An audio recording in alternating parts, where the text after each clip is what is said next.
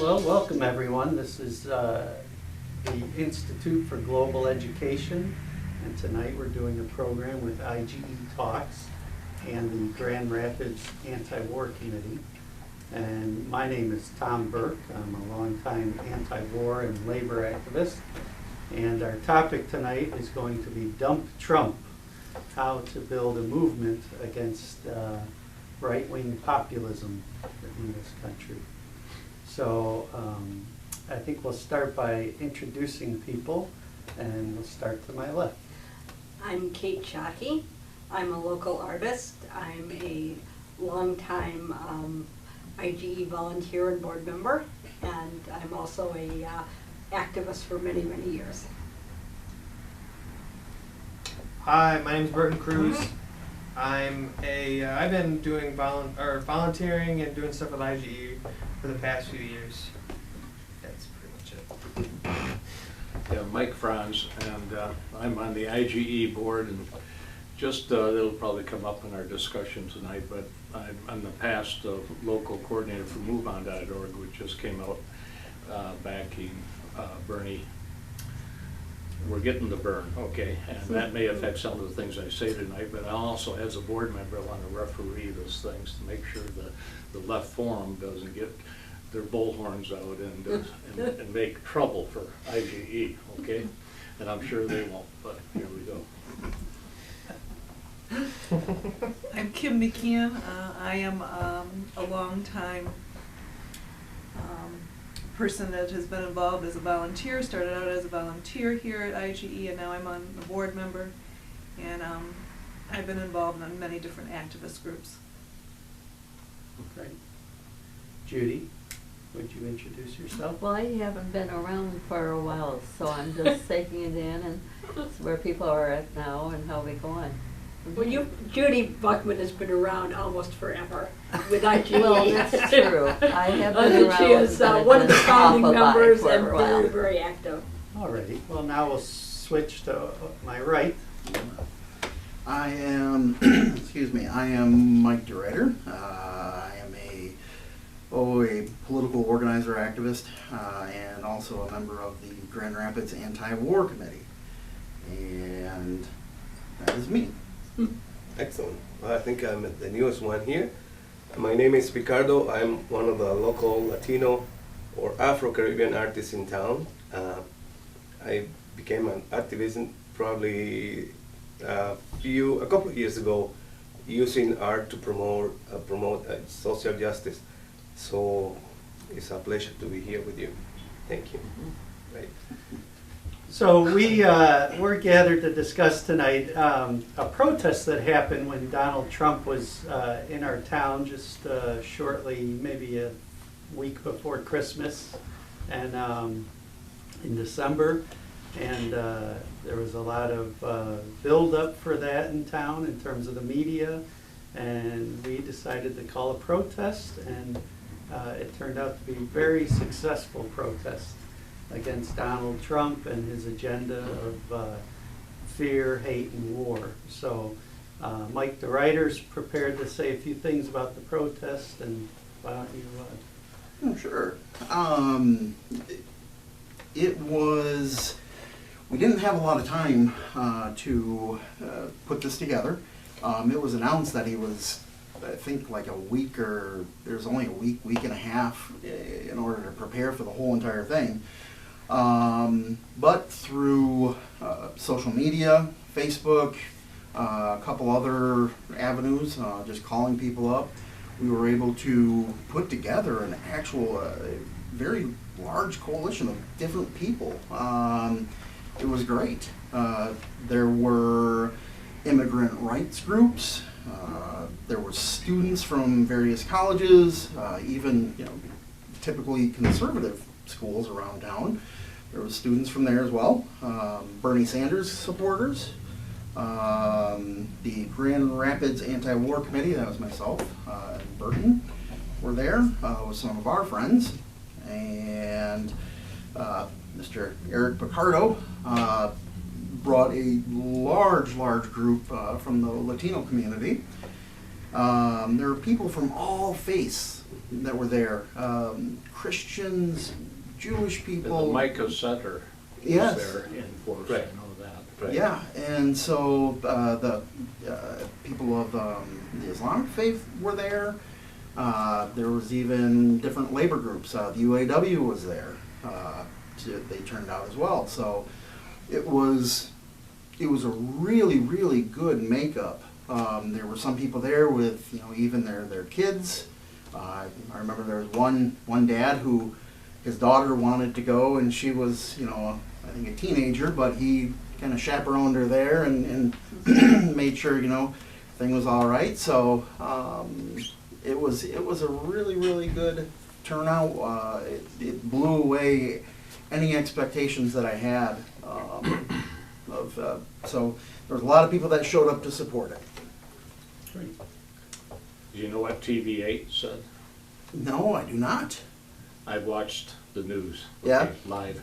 They said there's a small disorganized group of demonstrators outside the arena. Oh. I think Quote they, unquote. no, Yeah. I saw that. I think they said it was organized chaos. What? Well, it's about the same, I believe. Or disorganized or whatever. Yeah, well, I'm just, yeah. Yeah.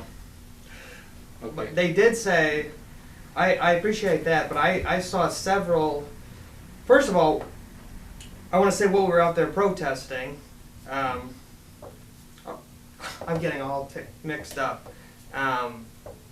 We were out there protesting against, of course, Donald Trump. And when I first went there, I thought, I don't know, what good is this thing going to do here? I hate it when people get in my face and say, hey man, you're wrong. Hey man, you don't know what you're talking about. So I went there and I was like, I don't know, is this going to be counteractive, right? But then I thought about it and I saw several, I watched online, I watched all of the TV news things, and they said, there's people out here and they're loud. There's few of them, but they are making their voices heard. It's disorganized chaos, they're chanting, and you can definitely feel this friendly, they mentioned peaceful on a few different stations, this peaceful group of people who are letting, and the way I think about it is they're letting other people in the community know that, hey, there's people who oppose Donald Trump and his bullying, which comes from, I think, fear, xenophobia, and he's a bully, and bullies support bullies. Mm-hmm. Anyway, so we're the opposition, and we're letting the community know that there are people that oppose this type of rhetoric, this type of hate, even though I think it derives from fear. And we made it on several, I would say all of the local news stations, and we made it to the national news, I think, as well, a little bit, didn't we? Yeah, national and international news.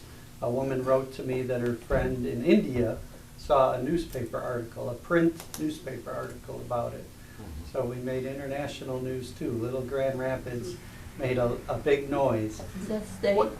Yeah. And here, I just want to add one more thing. Sure. Maybe we can put these links on the video, because there's several videos from all the news stations, and you can go and you can easily watch each news station's coverage of the Donald Trump protest. So Let's maybe go we can back provide to those right on this sign. video thing. Yeah. We heard that term. You said it was organized chaos. Is Yeah, that and the phrase? Yeah. So that's interesting, because I could see why a reporter might say that, actually, because as Mike describes, in our protest we had a wide array of people from different walks of life, different nationalities. I was wondering, it looked to me in the pictures like women outnumbered men on the protester side. And as Mike said, all the different faiths and people with no faith, So it was a very diverse and, broad coalition of groups and people. On the other hand, it was organized, and it was organized because we made the effort to say, Yeah. we're going to show up with a banner. We knew a good time, place to do it. We said, we want, anyone who's curious about Trump to see people like us, kind of the message you're promoting. That Right, yeah, and they almost all said this is peaceful. Like, they're extremely loud, but they're extremely peaceful. It was on no equivocal terms that we were like, representing, in a peaceful way, but loud. Could you bring me up to date? Thanks for correcting me too, because if you only watch one network or one station, you get pretty much their view of it, but you That's don't right. get what you were just talking about. Thank you for that. But what was going on inside the arena? Were there activities there or things that happened? I think there were, I don't know, weren't there like 11 people that got kicked out, or was it? That's what I Yeah, heard. Yes, according that to the MLive Grand Rapids Press, a dozen people or something were Right. escorted out. So individually in different. I don't know. It is just, I mean, it wasn't a long thing, and the MLive Grand Rapids Press thing didn't sound like there were a whole lot of protesters. It just said 11 people were escorted out or something like that. It was, We didn't organize anything to go inside. I think some anybody who people was did. inside was kind of on their own. We have about 5 people from the Latino community who get a chance to get some tickets to go inside. It was in a purpose. As soon as they get kicked out of the building, they went to our group to let us know what exactly, it was kind of witness, what is going on over there, what they're saying, the way it wasn't nothing like a push them outside.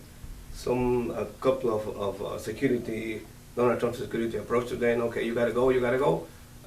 One of them says, I interrupt his speech for more than 11 times. That was it. I mean, they allowed to keep going. Right after 11 times, said, you know what, you gotta go, you gotta go. So they went outside and joined us to keep protesting outside, but it was peaceful actually.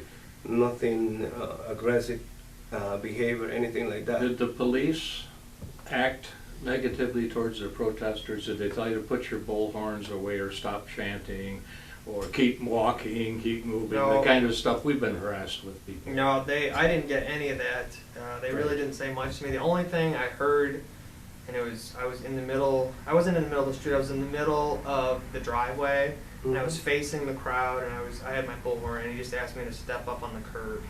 And so Yeah. I could get down there. That was the only interaction I had with the police. Yeah, they were very, very respectful. The police Yeah. were surprisingly, awesome to work with.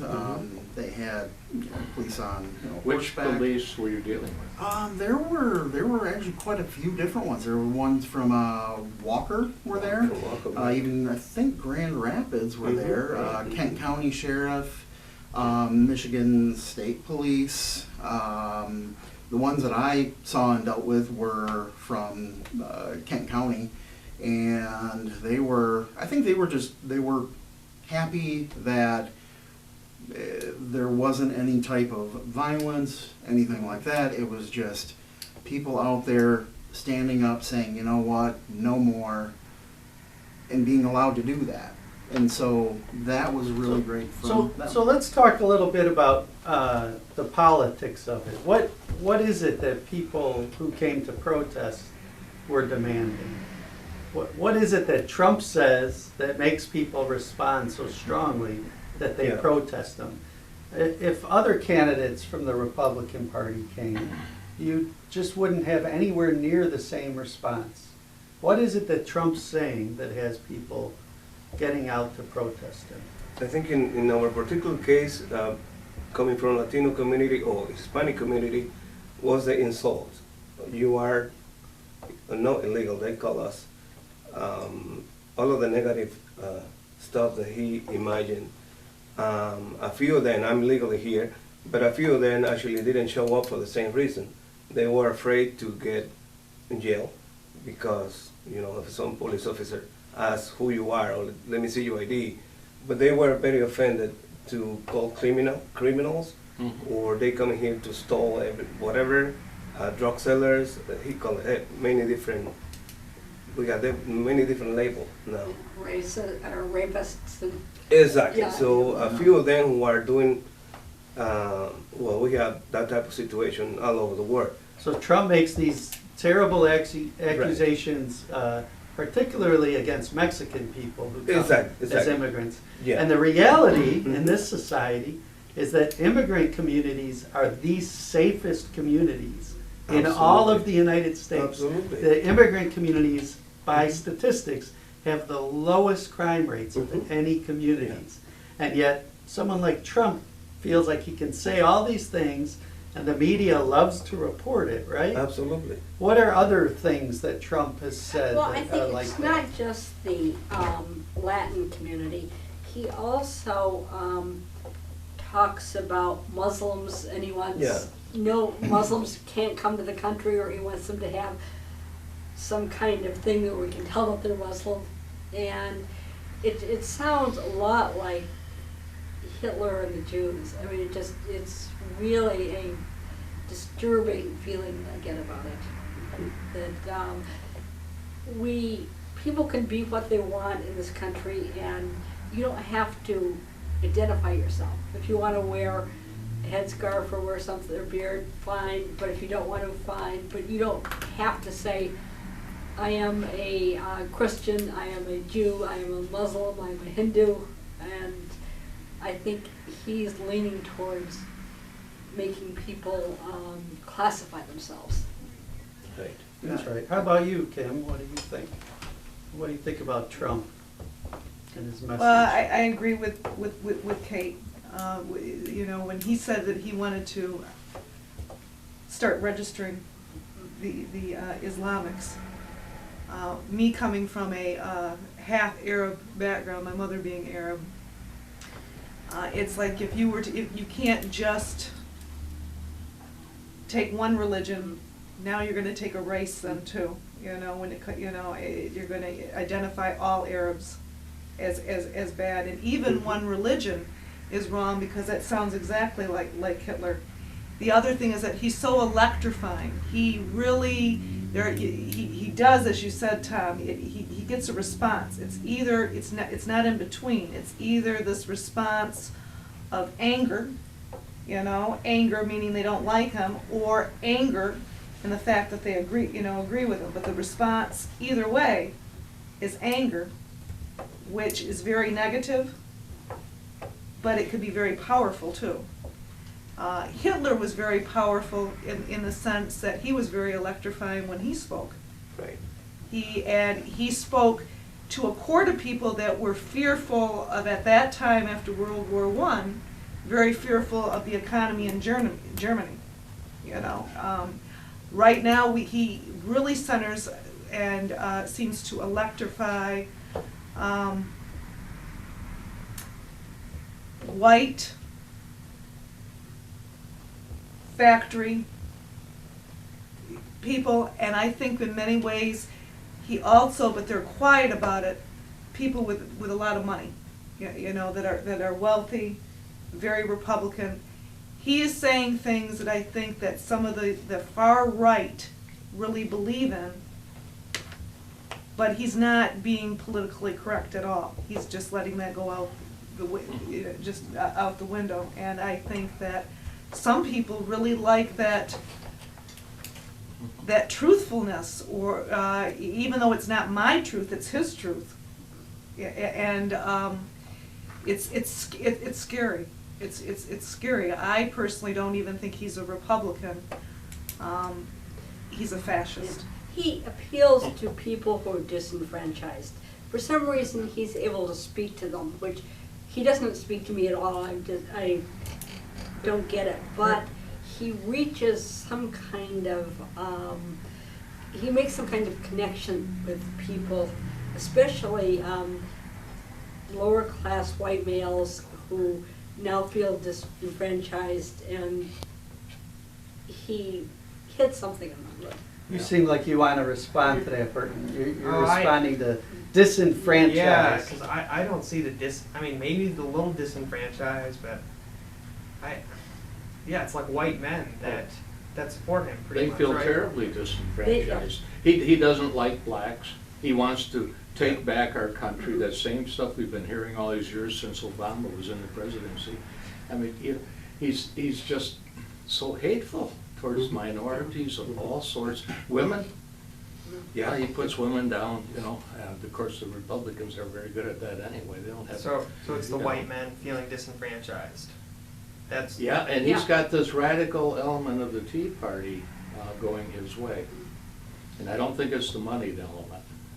No, it's not the money element. It's more the people who used to feel like they were on top of the world and now they're not. It's control. It's control, and people, working class people who used to make good livings and now don't. And they Okay. feel that The they, disenfranchised middle class, Yes. there's a lot of people feeling that way right now. Yeah. They don't all go for Trump. What do you think of this, Mike? Yeah, I mean, I agree with a lot of it. The one thing I'd like to add is, it is, like, going back to what Eric said about the Latino community, it's, yes, he said very specific things about, you know, people from Mexico.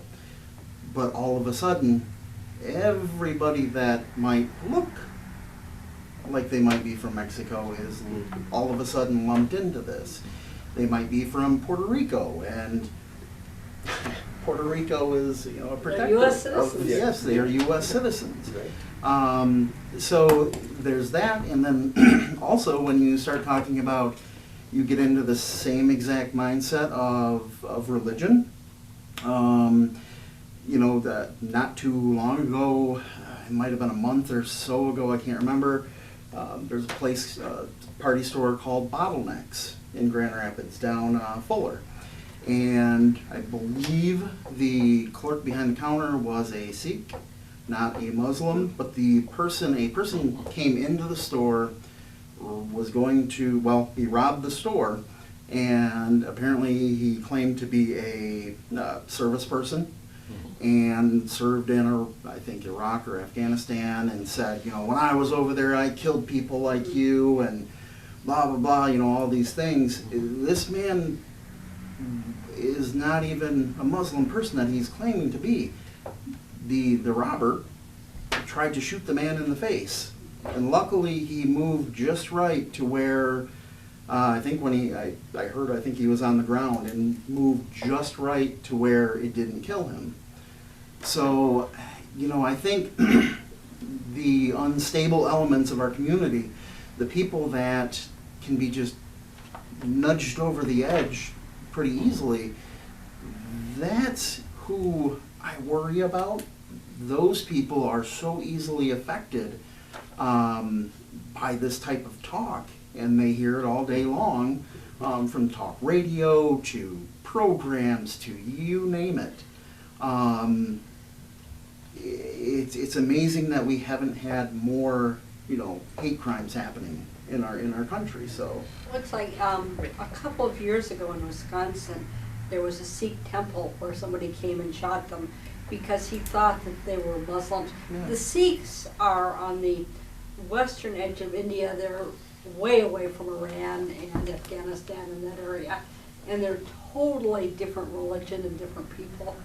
But because they're darker skinned and wear beards and turbans, that they just assumed that they were terrible. I believe we don't have any, we are very confused right now. I'm talking about maybe a lot of percent of our people in West Michigan, Hispanic or Latino, and Caribbean population as a part of the whole community. We basically see him as a clown. Lack of actual knowledge about political thing. We compare him to Hitler also, because he got power. He believe he can do whatever he wants against to somebody else. So there is a lot of confusion right now. There is people actually to get out to work, because you never know what's going to happen. There is a lot of things is going on with those people who basically came here to have a better life, but nothing negative, you know. So put it that way. I don't know. I'm kind of fine because I'm legally here. Right after a few years working so hard to get the documentation, I'm thinking about then putting myself in that position. Okay, what is the solution? What is the place to go? Or what is the next step to take to be here, saved? Or, you know, it's a big question mark on their front head. right now. So what I'm going to sum up a little bit, what I'm hearing people saying is that we have economic polarization happening, right? That the billionaires, which Trump is one of the billionaires, Right. one of the Wall Street people, especially with the Great Recession that began in 2009 and lasted like a couple of years, and then the recovery came after that, that with that, the rich got even richer. And the number of billionaires, you know, they say it's increasing, but at the same time, you know, the good jobs that existed for maybe 30 or 40 years, a whole layer of them has disappeared. Yep. They're gone, and they're not coming back. And there's no magic wand that Trump can wave, or any other political candidate can wave for that matter, to make those jobs come back, right? They're gone. And so then, following this economic polarization, we have another phenomena, which is political polarization. And I don't just mean Democrats and Republicans, you know, because some of the Republicans sound pretty close to some of the Democrats and vice versa. What I mean by political polarization is that, especially amongst working people, they're looking for solutions, and they're looking for new solutions. They're looking for new ideas, and the politicians don't necessarily represent those ideas they're looking for. So then I think you have someone like Trump comes along who speaks different than the other Republicans, right? And that gets a strong response. And he's not beholden to Wall Street because he has his own money, and I heard the left, progressive left radio talk the other day complaining bitterly about all the free publicity he gets. Everywhere he goes, whatever he does, he calls a news conference. Sarah Palin steps up. He's got the television tied right up around his finger. He's getting all this free publicity. But You think he's that's not what Wall we're doing? Street. That's because he's a show person. That's one reason Yeah. that he's getting this free publicity. And secondly, one of his friends happens to be Murdoch. Who You think owns we're aiding and Fox. abetting? I think one of the things that I find now most frightening about Trump, which I didn't before, is I originally, like most people, both on the right and the left, thought he was a clown. Didn't take him seriously. He's this idiot. But there are a lot of people who do take him seriously. And that is what frightens me most, is that he comes out with these outrageous statements and he gets a lot of people believing them. And it's, he's not just a clown, he's a very serious threat to our democracy. Okay, so we've been joined by a new friend over here. Why don't you tell us your name and what you do? I'm Danny. I guess I don't know what you mean by do, but I had a chance to work at that Trump event that was protested. I didn't make it to the protest though, but I thought I'd come and hear about it. Well, you're welcome. Thanks, Dan. Thank you. Thank you. So let's talk about the media. Somebody raised the media. You know, do people feel like the media covers our protests with equal time for what they cover Trump? How do you feel about the coverage of other candidates who are running? You know, some people say Bernie Sanders always gets the short end. He does. He does get the short end. Right. And one of the reasons is he's not corporate. He's the only one of the candidates that you can't tie to the corporate world. He takes money only from individuals. He doesn't take them from super PACs. Now, Trump doesn't take money from super PACs either, but he doesn't need their money at this point. You know, but every one of them that does is beholden to some degree to those people who are supporting them. In the Democratic debate the other night, we had Hillary pinned pretty close to. I mean, Trump came right, or Bernie came right out and said, you know, you're taking money from Wall Street, big time. You're one of the biggest people they support. And her answer was, well, that isn't because I do things for them. It's because I was there on 9/11. I showed up because I'm the senator from New York, and I was there. And that's a pretty thin tissue of an argument to use, and I wish Bernie had nailed her right to the truth on that one. Actually, there's another point on it, is that I listened to the Diane Rehm show today, and they were talking about climate change.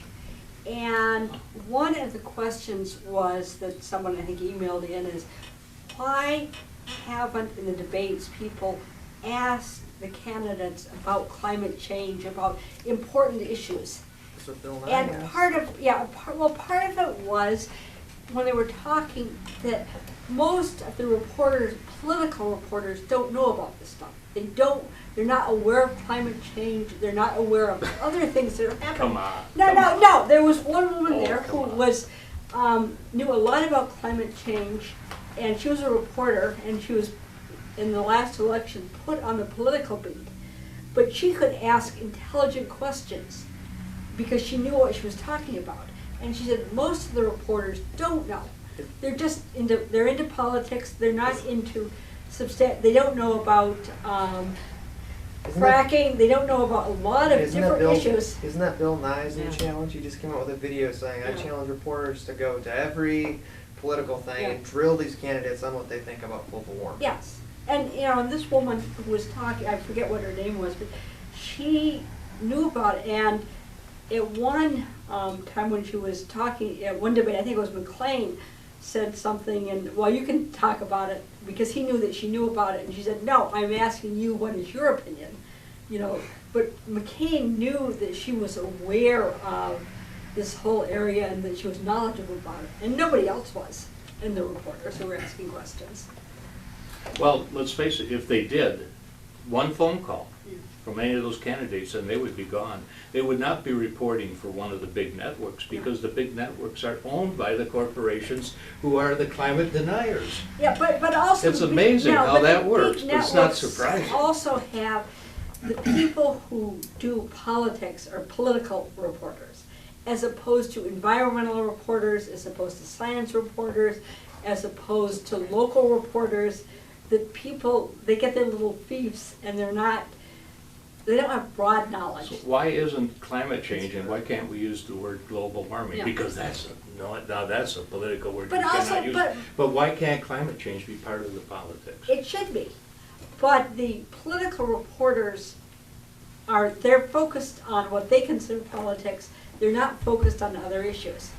Global warming's not a dirty issue. It's just, Yeah. it confuses people because Yeah. things also get colder before they get warmer too. So And you I need- think it confuses And the it's issue. So just let's hear from Mike now.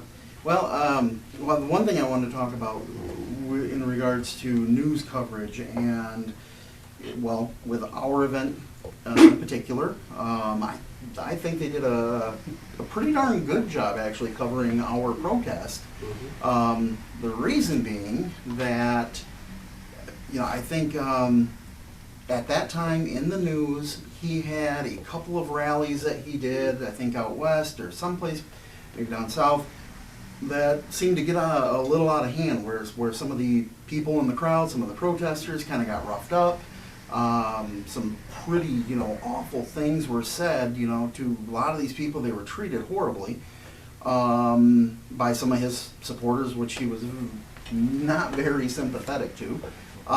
So with ours, I think there were so many of them, they were kind of glued to what's happening with these protesters and what's going to happen inside. Are these people going to get in trouble? Or that was, I think, a big part of the message of that night. But in general, when you think about it, the news, they have to make money. They do. It is a business. It didn't used to be It's that way. Yep. Yeah, it always was. But the thing is, I think nowadays, either you're making money, or if you're not making money, you're done, and they're going to get somebody who will make money. So, what sells besides, sex and violence and all these different things? Well, Donald Trump sells. He's got TV shows that he normally does, all these things, this backstory.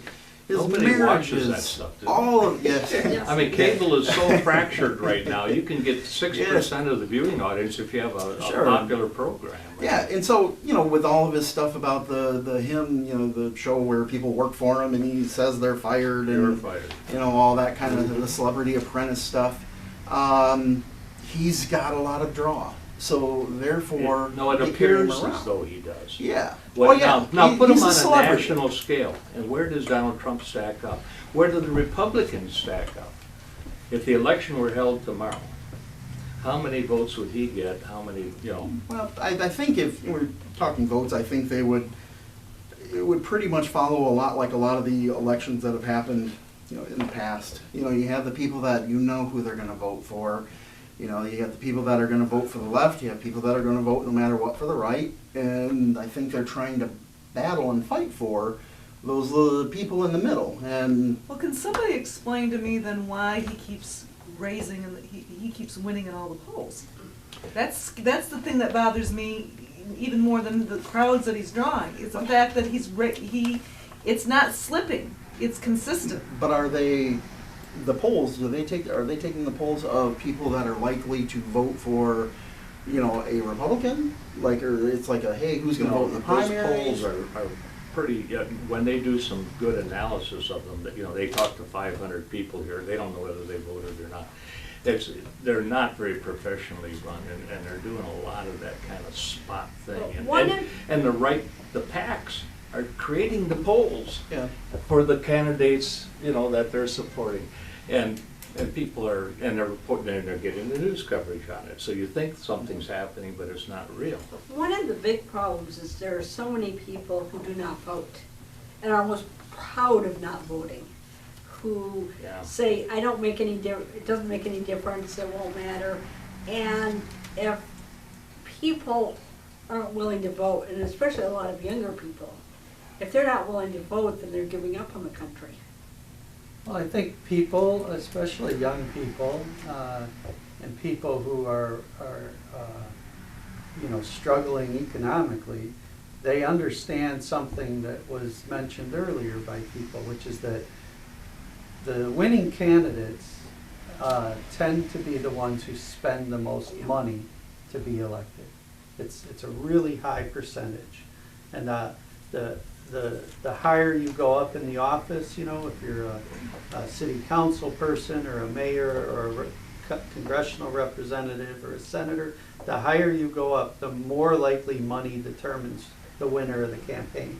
And what's interesting, I don't think anyone has said this, is that Wall Street funds both candidates in the elections almost equally, and the really big money people pay for the campaigns of both candidates. That way, they always win. Who's both candidates? You mean The Democrat and the Yeah, Republican. if there's a Senate race, After the the really big Yeah. money, conventions after they Right. decided? Yes. right, they'll Yeah, pay they for hedge both their candidates. bets, but they tend to go much more Republican. No, that's no- With the it's exception no of longer- Obama, he got Wall Street. It's no back longer big true. time. The fact is that the big money backs both candidates because they want to buy whoever wins. What you're saying used to be true 40 years ago, but it hasn't been true for 30 years. Hold on. Billy Boy And- had tons of and- money from, and- Bill Clinton had tons of Yeah, absolutely. from And Wall Street. And so what's interesting now is we do have Bernie Sanders rejecting the PAC money and collecting money from, small $30-something average donations. And then we have a billionaire who's also popular, who, can fund his own campaign.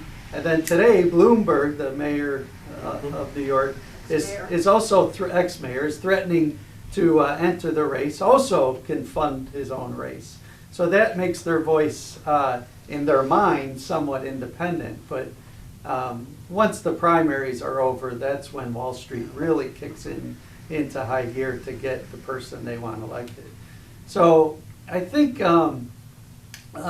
another thing I would move us to talk about is, so we had this organized chaos protest with 200 people out there, in Grand Rapids.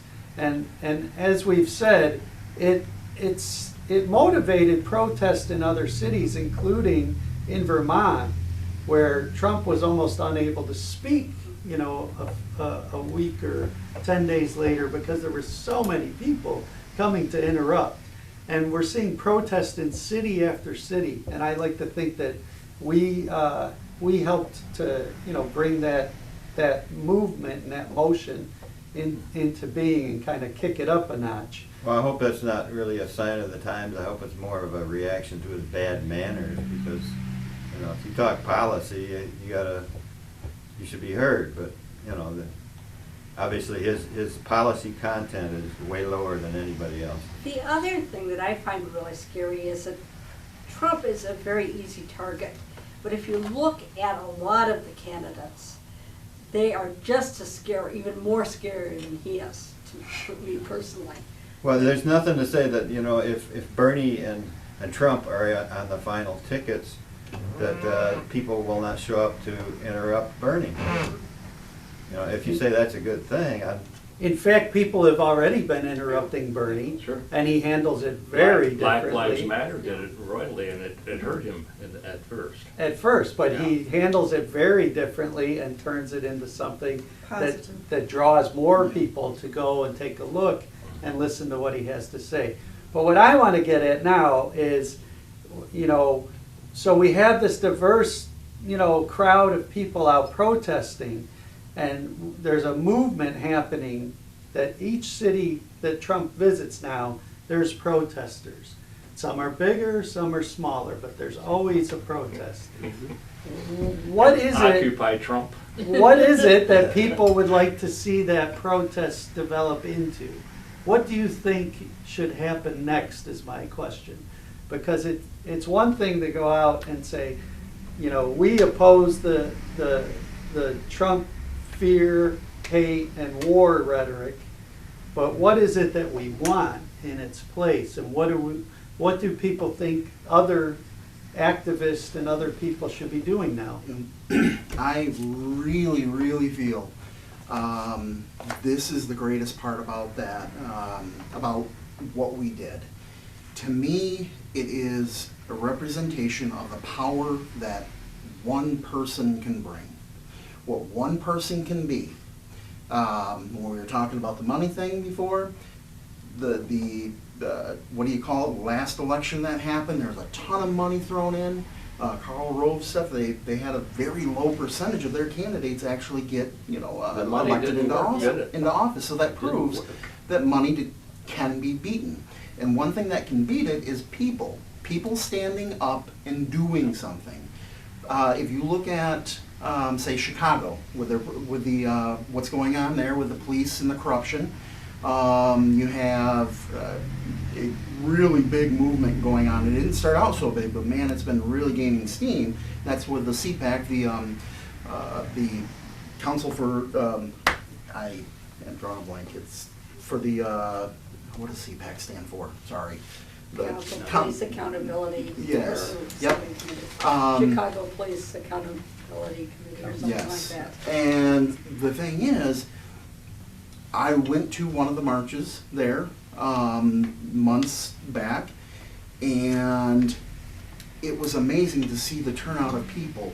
And the thing is, I think when you see people stand up and say, you know what, you know, and they finally realize that, you know, voting is good, voting is a great thing, everybody should do it, I agree, everybody should get out and vote, but also in addition to that, if you stand up and when a politician or somebody sees somebody stand up and go, hey, I'm going to stand up for what I believe in, that means more to them than a vote does. They'll listen to that because they see it.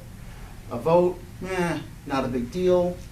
But to me, one person, if they wonder, you know, hey, what can I do, or what difference does it make? Well, I'm a drop in the bucket, but you know what?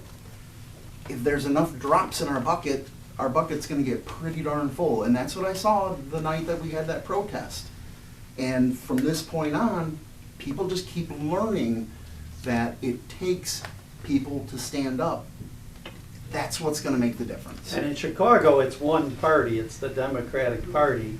And the movement is demanding the removal of Rahm Emanuel Yeah. as mayor. It's one of their top demands.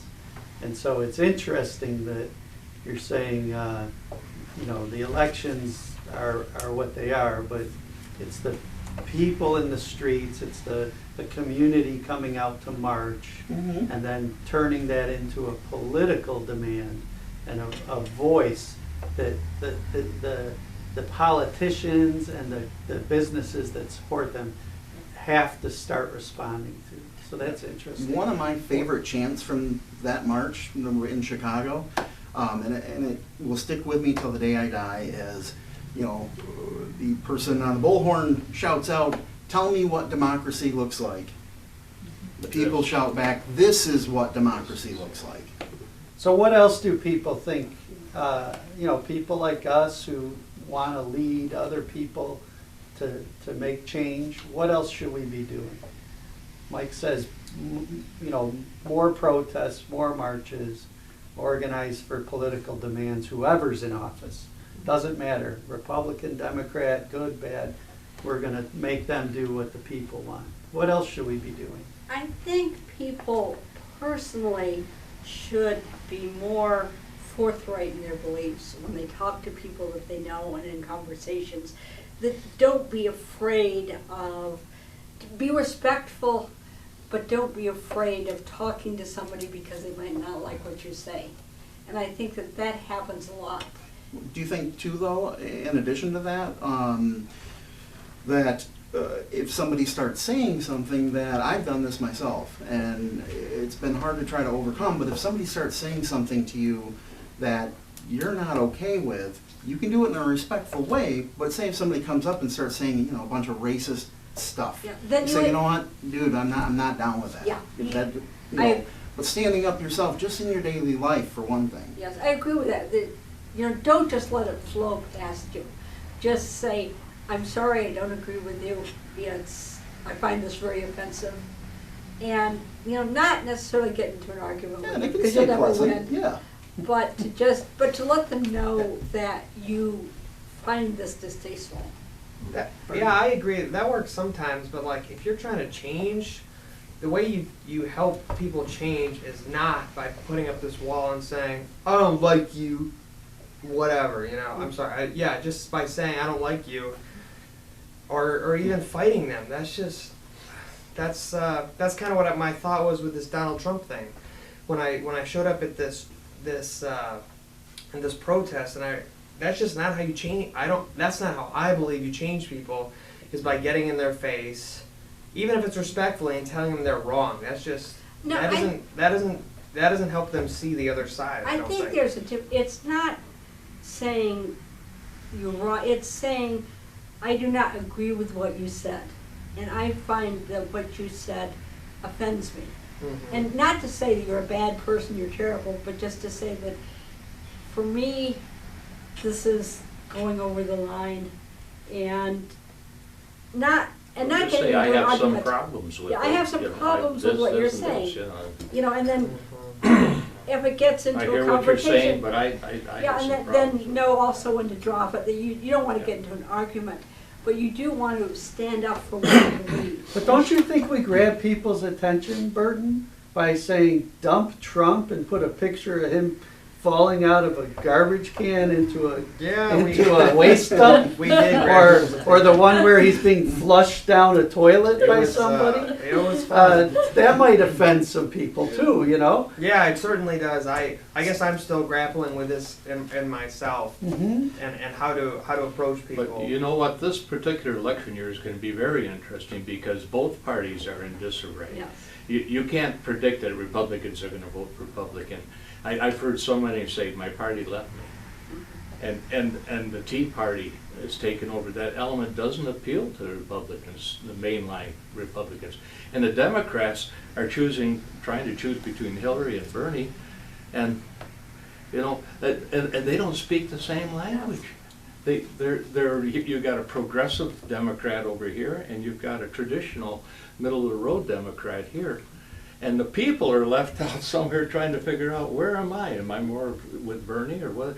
And if people ultimately vote their own interests, we're gonna be okay. But people have to find out what their interests are, their interests, okay? And if you're not a voter, I mean, you're just not, you're so far out of it, let me tell you. I mean, you are doing yourself, your progeny, this country a disservice. And you better educate yourself, but you better find out what my interests are too, because there's so much lies out there, so much deceit, so much money trying to buy your vote as they bought their votes already. See, I think as far as like what Burton was saying about the changing people's minds, to me, I thought about that a lot. To me, you're not, I think everybody changes their own mind. That's the only way somebody's going to change their mind. Yeah. Myself, a long time ago, I was just about the exact opposite person that I am today. Until I really, really realized some things, had a couple things happen in life where I was like, oh my word, I'm thinking about everything backwards. Yeah. So it's very, very hard to just say something to where, you know, it's very hard to say something that, it's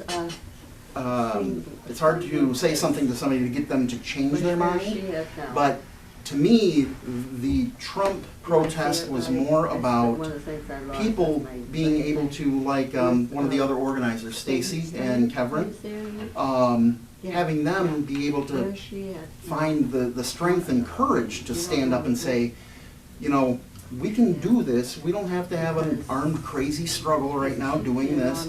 We can stand up peacefully, support each other, and sit, you know, stand up for ourselves and what we believe. So I wasn't there so much trying to change people's minds. Right. I was there to let other people know it's okay to stand up. Okay, Right. there you go, there you go. It was okay to stand up. Don't you think that part of what's going on right now with this whole campaign is that people are restless right now? This is happening here too. It's the People same are thing. people on both sides of the fence are unhappy right now. Don't you think some of the stuff is stuff that has been building up for years, that is beginning to boil over? I may be wrong, but I call it the war on class. I got a question actually before this end. It's actually coming right after our evaluation, especially in a concern in Latino community, because in Latin America we got the things that experience, money talks. So the political field is being corrupted since years and years. And we see a picture of Donald Trump doing the same thing in the United States because the power of the money he got as a business person. I'd like to hear from you. Do you think that I don't believe it's going to happen, but we have a little, what about that guy threw a bunch of money and changed everything, and tomorrow we got Donald Trump as president, United States president. You know what I'm saying? Yeah. So we were talking and having a discussion about that, being the outsider, of course, in United States. So it could be possible. Well, maybe not just with him or somebody else who coming right after him with the same, under the same situation. I'm of the view, though, that elections aren't going to solve the people's problems. I like the slogan that you know, change is in, what do we say? Hope is in the people's movements, change is in the streets. So I focus a lot of effort on building movements and protests and marches and having, you know, coalitions that make demands. And I always vote, but and I usually vote for the lesser evil. I even do that. You know, if you live in a one-party state like Chicago, where I used to live, sometimes you leave it blank because there's only one candidate and you don't want to say yeah. Yeah. But there's a lot of people, and there's cynicism about elections, which I don't like cynicism. I'm a hope and change kind of person. But I understand it because we see we see all the money that has so much of the power in the elections, and then we see politicians blocking people's participation in elections. Yeah. Like election day should be a holiday where everyone Yeah. has the day off work to Yeah. go participate. Mhm. But instead, you gotta run there, it's a Mhm. hassle, there's lines, Right, right. if it's a really important election. You can't vote straight ticket. There's a which might longer solve the line, problem. so there's all these blocks. But I wanted Yeah, to ask Michigan doesn't Eric, anymore. I'm the son of immigrants, so I have that experience, and I've always supported immigrant rights and Right. supported undocumented people to get rights, Mhm.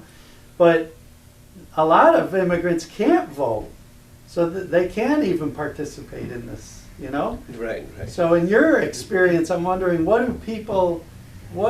should they do? We saw in 2006, we had the mega marches for immigrant rights, Right. The biggest marches in US history Mhm. on May Day, the most peaceful marches to ever happen, in every city, big and small. Well, That what about certainly the was an climate march that in was New York? that was an expression of power like this country's never Exactly. seen. Yeah.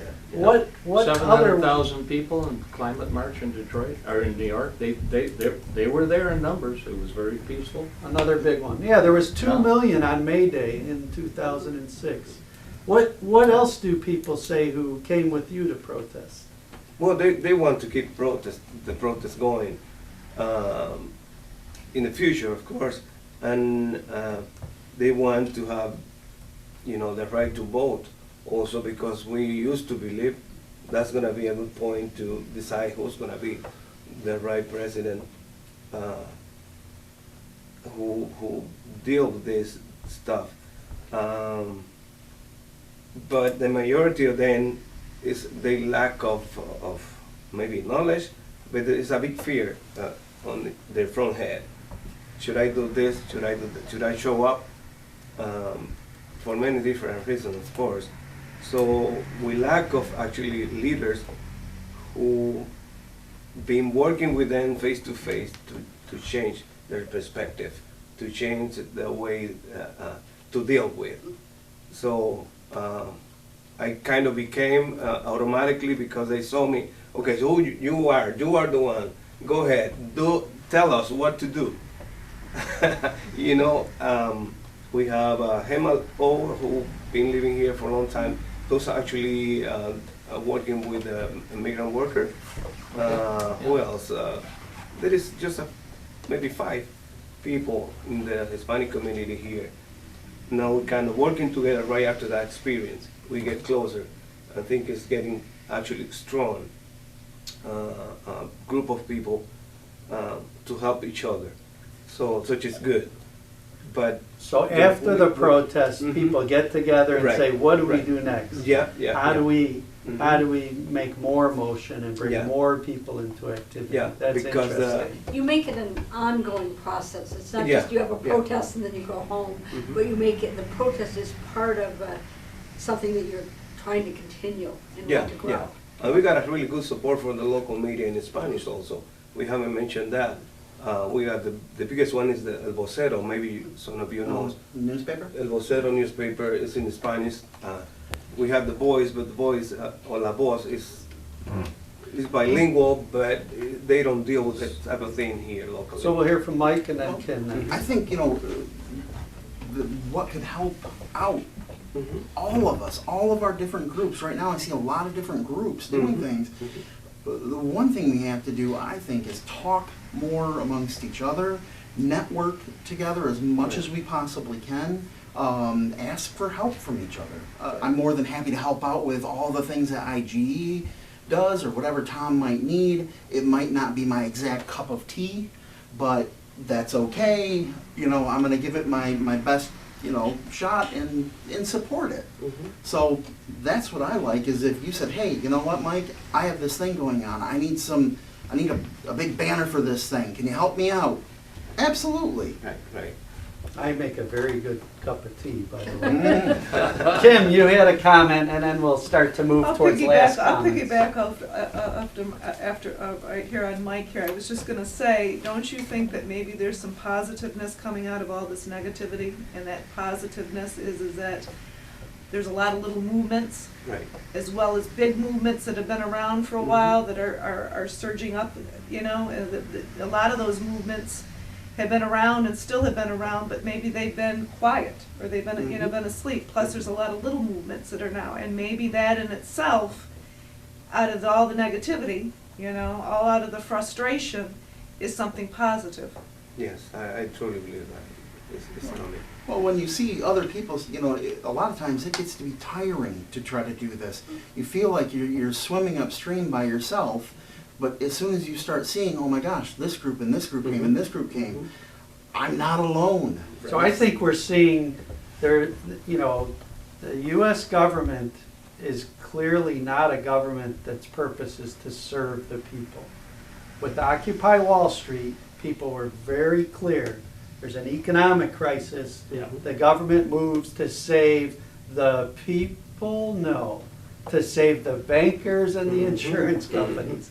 And then when the people come out to protest, the government says, we're not having this here. Right. Even before they got to the first protest, they tried to repress it. Before they even arrived at the park, they were trying to repress it and stop it.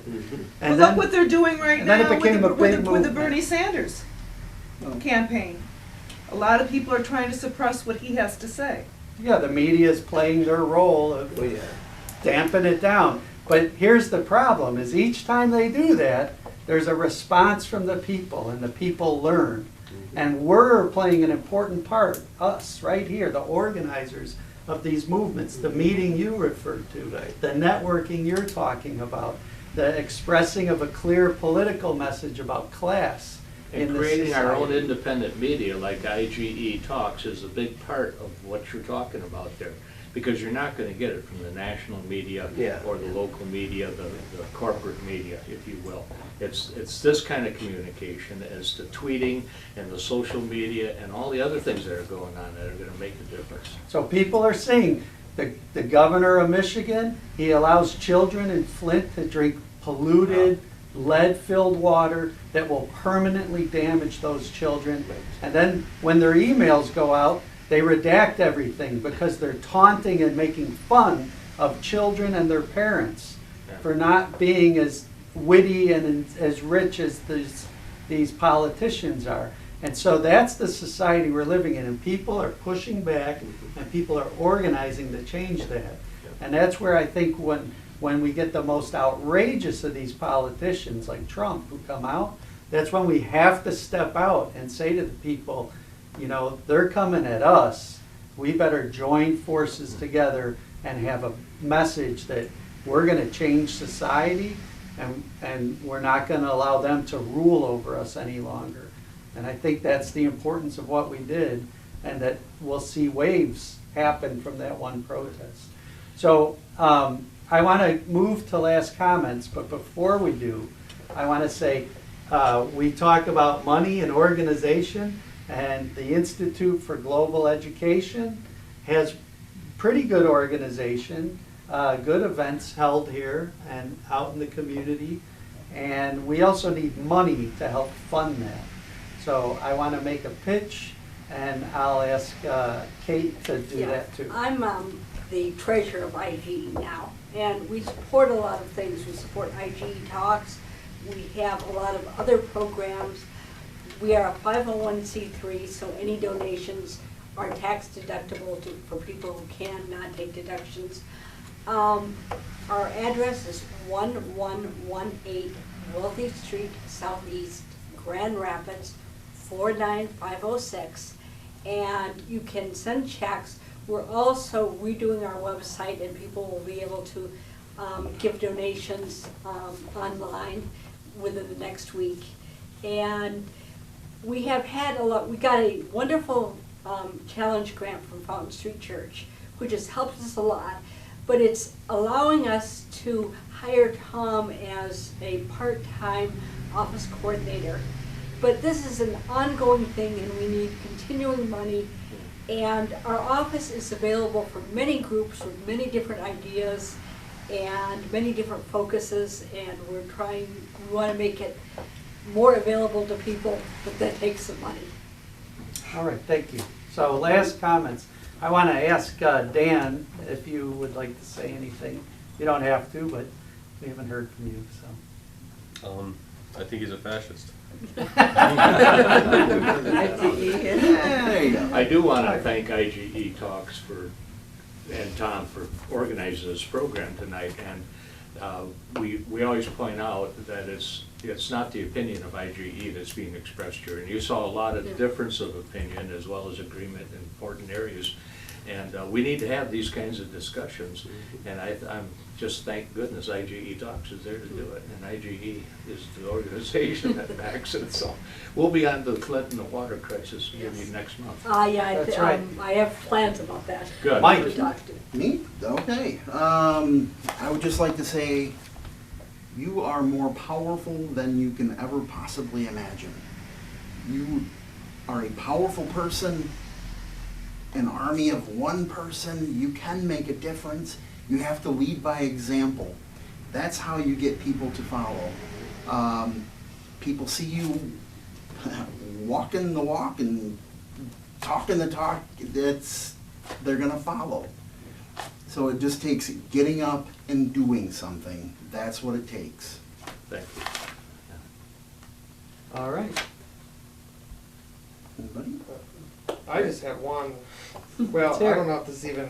I was still thinking about this disenfranchised language. You know, they were calling these white voters disenfranchised, these Trump supporters. And so I went on just my phone real quick, and I don't speak French, but enfranchir, that's this French root. It's the root of disenfranchised, enfranchir, and it means to make free. You know, that's what this French word means.